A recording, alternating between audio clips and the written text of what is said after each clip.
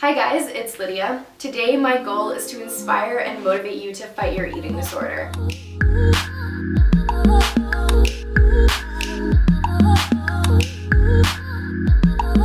So basically what I find really helps me when I'm in that state of mind and all I want to do is engage and I just can't think past the eating disorder reasons is recognizing the lies that my eating disorder is telling me and then saying the truth to that and the rational side of that. And lots of times I need someone to help me with that. The first thing that your eating disorder doesn't want you to know is that skinny does not equal happy. The skinnier you get, or the more weight you lose with your eating disorder, the more unhappy you'll be. Because the more weight you lose, the more you'll be engaging in behaviors, the more your eating disorder will have that much more control over you, and the harder it'll be to get out of your eating disorder, and the harder it'll be to recover. When you're in your eating disorder, all you're thinking about is food. All you're thinking about is exercise and your body, and it's just miserable. You don't have authentic connection with people. You can't be present and focused. Your mind is always somewhere else, and your life becomes about food. And it's honestly like you can't be happy. Like that's the reality of the eating disorder. The reality of the eating disorder isn't the picture that it's putting in your head of you being super skinny and super popular and super happy because you have the body you always wanted. It's really you spending hours calorie counting while your friends are out having fun, living life. The reality is feeling so much self-hatred and so much guilt because you ate something that you still love. Giving into your eating disorder isn't going to make you happy. That's truth number 2. Giving into your eating disorder won't make you happy. It will make you miserable. And you're just losing life every single time you give into your eating disorder. Another thing that your eating disorder is lying to you about is that your weight is not your worth. And your weight is not an accurate representation of you as a person. The number on the scale doesn't tell you how many people you've made laugh today. It doesn't tell you anything except your relationship with gravity. Like that's literally it. And it's so fickle. Like your weight can be changed by how much water you've drunk, whether you're on your period or not, by how much muscle you have. Like your eating disorder wants you to believe that your weight is your worth and your weight defines everything, but it doesn't. It's just not an accurate representation of you as a person, and you should not judge yourself based off of that number, which I know is much easier said than done. The next truth, and probably the biggest one for me personally, is that your eating disorder does not keep its promises. When your eating disorder is trying to tempt you and make you engage, it's telling you all these promises and things that will happen if you listen to it, but it doesn't keep its promises. My eating disorder promised me it would make me happier, that I would have more friends, be more popular, I would be happier with my body, that I would be in control. It promised me so many things that it did not keep. So that was a huge one for me. It's like my eating disorder is lying to me and it's not going to keep these promises. It tells me I'll be happier, but that's not true. The next truth that your eating disorder doesn't want you to know is that you can recover. You can beat it. You can get better. You can win against your eating disorder. Your eating disorder wants you to feel hopeless and trying to make you feel like you can't win. You can't ever get better. There's no such thing as recovery. You have to live with this. You're stuck in this state forever. But that's not true.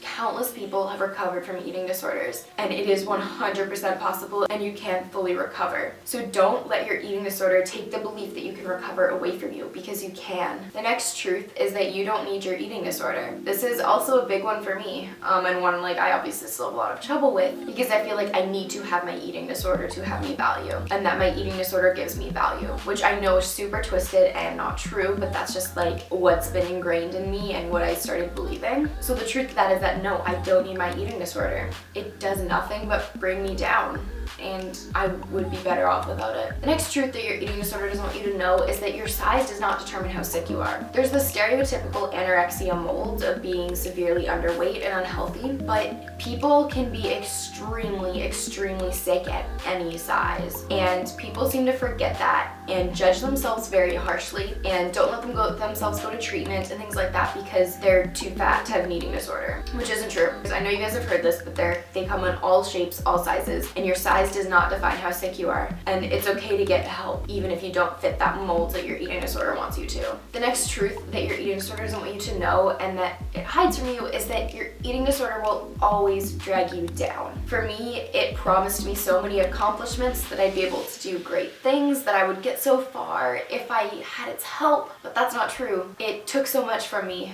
and I need to remember that. It didn't bring me all these great things and help me accomplish so many things. It took them away from me because I was so stuck in my eating disorder that I couldn't focus or think clearly, or that my body was not nourished enough to do what I asked of it. My eating disorder didn't bring me up, it just dragged me backwards. It's like a massive weight on a chain attached to all your legs that you're trying to move forward through life with. You can't go any faster with this huge weight behind you. You can't. Your eating disorder is just gonna drag you down. The next truth is that your eating disorder will ruin your life. It's literally as simple as that. Your eating disorder is not going to make you happy. It's not going to bring you all these great things. It will just ruin your life. It's different for everybody what it takes away from you. For me, it made me have to stop school, made me have to go to the hospital, it made me have to go to treatment for 5 months, it made all my grades go down, it made me extremely unhappy, it burned a lot of the relationships in my life, it caused me to be obsessed with food and exercise and my body and my weight, and I couldn't stop thinking about it. Like, it was ruining my life. It doesn't feel like it will. It feels like the better option, the easier option. I know it does, guys, but it's not. It will wreck your life. Just believe me. From personal experience, and probably from yours too, even if your eating disorder doesn't want you to remember it or believe it, or only remember the positives about it. The next truth that your eating disorder doesn't want you to know is that you can trust your body. It will take care of you. Our bodies are built for survival, and they're built to run as efficiently as they can. So your body is going to always do what's best for you. Your eating disorder takes that control and that trust away from your body by controlling your intakes and your exercise and everything. But if you give that trust back to your body, it will take care of you. Your body will do what's best for you. So the second to last truth is that the more you give in to your eating disorder, the more life you will lose. When you're engaging in your eating disorder and when you're stuck in that place, you're missing out on so much. When your head is stuck on calories and when you're at home body checking in the mirror and not going to social events because you think you're too fat to be seen, when you're doing all of that, which is what your eating disorder will have you do, there's another life you could be living. You could be going out with your friends and having a great time. You could be eating your favorite foods intuitively and loving them. You could be exercising just because you love it and feeling great after. You could be traveling. You could be being nominated for awards at your school. You could be full of life. Literally, the more you engage in your eating disorder, the less life you have. The last truth is that there's so much more to life than what your body looks like. Like for me personally, I'd way rather be out hiking mountains and in tropical jungles and on cool beaches and snorkeling and seeing amazing wildlife and traveling and just having the time of my life. And I can't do that if I have an eating disorder. I always just have to remind myself there's so much more to life than if I have a six-pack or a little bit of belly fat, you know? Like there's so much more to life than if I have stretch marks on my bum. In the grand scheme of life, when I'm 60, am I gonna look back and remember those bum stretch marks, or am I gonna look back and remember my trip to Cuba that I had the time of my life on? Like just reminding myself that there's way more to life than how my body looks and to my eating disorder. Those were truths that your eating disorder doesn't want you to know and that it lies about and hides from you. Don't forget that I have an email address, lydiasfight@yahoo.com. If you guys have any questions for me, concerns, you just want to reach out to me, you need someone to talk to, anything you need, you can just reach me through that email. I will see you guys in my next video. Bye guys.